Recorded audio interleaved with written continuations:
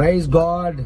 என் ஆண்டவரும் ரட்சகரும் மீட்பெருமாக இயேசு கிறிஸ்துவின் நாமத்தில் என் அன்பின் வாழ்த்துக்கள். என் அன்பு பிள்ளைகளே, இந்த புதிய நாள்ல மீண்டும் உங்களை சந்திப்பது நிச்சயமாகவே மகிழ்ச்சி அடைகிறது.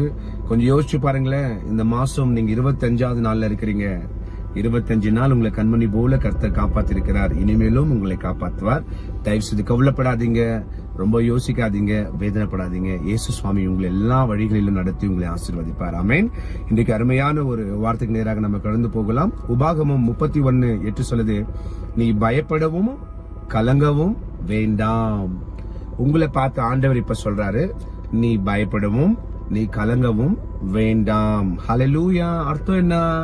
நான் இருக்க, நான் பாத்துக்கிறேன், நான் சரி செய்யறேன், நீ கவலைப்படாத அப்படின்னு தான் அதோட வசனத்தோட மிகப்பெரிய அர்த்தம். என் அன்பு பிள்ளைகளே, என்ன ரொம்ப யோசிச்சு, என்ன நீங்க ரொம்ப கவலையா இருக்கிறீங்களா? கவலைப்படாதீங்க. ஆண்டவர் சொல்றாரு பாருங்க, நீ பயப்படவும் கலங்கவும் வேண்டாம். பயம் வந்தாதான் மனசுல கலக்கம் உண்டாகும், மனசுல கவலை வந்தாதான் கண்ணீர் வரும்.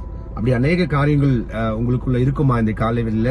கவலைப்படாதீங்க. இந்த வானத்துக்கும் பூமிக்கும் தேவனா இருக்கிற கர்த்தர் சொல்றார், நீ பயப்படவும் கலங்கவும் வேண்டாம். வேண்டானா என்ன? அது உனக்கு வேணவே வேணாம். பயம் உனக்கு வேணாம், கலக்கம் உனக்கு வேணாம், கண்ணீர் உனக்கு வேணாம், வேதனை உனக்கு வேணாம், நெருக்கம் உனக்கு வேணாம். நான் இருக்கிற எல்லாத்தையும் மாத்தி போடணும். இந்த காலவேளை உங்களுடைய கர்த்தராக இயேசு கிறிஸ்து சொல்லுகிறார். என் அன்பு பிள்ளைகளே, குடும்பத்தை நினைச்சு கலங்கிட்டு இருக்கிறீங்களா? கவலைப்படாதீங்க, ஏசப்பா சரி செய்வாரு. ஏன்னா அவர் வந்திருந்த குடும்பங்களுக்கு சமாதானம் உண்டாகும்படிக்காக தான் ஆண்டவராக இயேசு கிறிஸ்து இந்த உலகத்துக்கு என்ன பண்ணாரு? வந்தாரு. உங்க குடும்பத்தில் இருக்கிற எல்லா பிரச்சனைகளையும் கர்த்தர் மாத்துவாரு. மனசுல வலியா? கவலைப்படாதீங்க. அவர் தான் சொல்லியிருக்காரு, வருத்தப்பட்டு பாரம் சுமக்கிறவர்கள் எல்லாரும் என்னிடத்துல வாங்க, நான் உங்களுக்கு இளைப்பாறுதல் தரேன்னு. எப்படி இளைப்பாறுதல் தருவாரு? இப்ப சொன்னார் பாருங்க, நீ பயப்படவும் கலங்கவும் வேண்டாம். யார் சொல்லுவாங்க உங்களை பார்த்து இப்படி? உங்களை வேணா பயமுறுத்துவாங்க, உங்களை வேணா கலங்க வைக்குவாங்க. ஆனா ஆண்டவர் என்ன சொல்றாரு பாத்தீங்களா? நீ பயப்படவும் கலங்கவும் வேண்டாம். அப்படின்னா என்ன? நான் உனக்கு துணை இருக்கிறேன், நான் உன்னுடைய எல்லா காரியத்தை சரி செய்யறேன், நான் உன்னை பாதுகாத்துக் கொள்றேன், நீ கவலைப்படாத என்று சொல்லி யாராவது எதுனா உங்களை சொல்றாங்களா? நீங்க வேதனையா இருக்கிறீங்களா? கலக்கமா இருக்கிறீங்களா? ஜனங்களை பார்த்தா என்ன சொல்லணும்? சொல்லிட்டு விடுங்க. ஏசப்பா உங்க கூட இருக்கிறாரு. ஏசப்பா உங்களை அறிஞ்சிருக்கிறாரு. அவர் எல்லா வழிகளிலும் கூட உங்களை புரிஞ்சு வச்சிட்டு இருக்கிறாரு. நீங்க எங்க போறீங்க, என்ன பண்றீங்கன்னு. ஜனங்க நம்ம சந்தோஷமா இருந்தாலும் அவங்க சிரிக்குவாங்க, நம்ம கலங்குனா கூட அவங்க என்ன பண்ணுவாங்க? சிரிப்பாங்க. நம்மள எப்பயுமே ஒரு கீழே தள்ளி நம்மள மேல அவங்க ஏறி நிக்கிற மாதிரி தான் அங்க இருப்பாங்க. ஜனங்களை கொத்தினா நீங்க கவலைப்படாதீங்க. ஆனா ஆண்டவர் சொல்றாரு பாருங்க, நீ பயப்படவும் கலங்கவும் வேண்டாம் என்று சொல்லி. நண்பு பிள்ளைகளை குறித்தா இல்ல பணம் தேவையா? கவலைப்படாதீங்க. தேவன் இந்த புதிய நாள்ல உங்களுக்கு படி அளப்பார். கவலைப்படாதீங்க. உங்க மன வலியை ஆண்டவர் புரிஞ்சிருக்கிறார். அதனாலதான் இந்த வார்த்தை கொடுக்கிறார், நீ பயப்படவும் கலங்கவும் வேண்டாம்.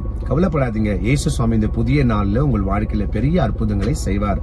ஜனவரில இருந்து 4வது மாசம் நீங்க வந்திருக்கிறீங்க. 4வது மாசத்துல 25ஆம் தேதி இருக்கிறீங்க. அப்ப கவனிங்க, இவ்வளவு தூரம் வழி நடத்தினார் இல்லையா? இனிமேலும் கர்த்தர் வழி நடத்துவார். கமிட்மெண்ட்ஸ் ரொம்ப இருக்கா? கவலைப்படாத.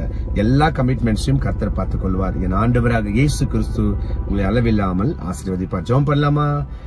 கண்ண மூடுங்க. பரலோக பிதாவே, அன்பு தகப்பனை கொடுத்த அன்பின் வார்த்தைக்கு நன்றி. உங்க நாம மகிமைப்பட்டும் பெரிய காரியங்களை செய்வீராக.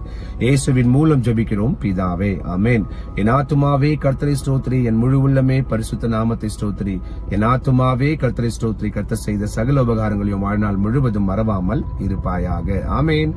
என் அன்பு பிள்ளைகளை, கவலைப்படாதீங்க, நீங்க பயப்படாதீங்க, கலங்காதீங்க. இயேசு சுவாமி உங்களோட கூட இருப்பார். இந்த புதிய நாள்ல மிகப்பெரிய வெற்றி உங்களுக்கு கொண்டு வருவார். மீண்டும் நாளைக்கு சந்திக்கலாம். அதுவரை கர்த்தராக இயேசு கிறிஸ்து உங்களோடு கூட இருப்பாராக. ஆமென்.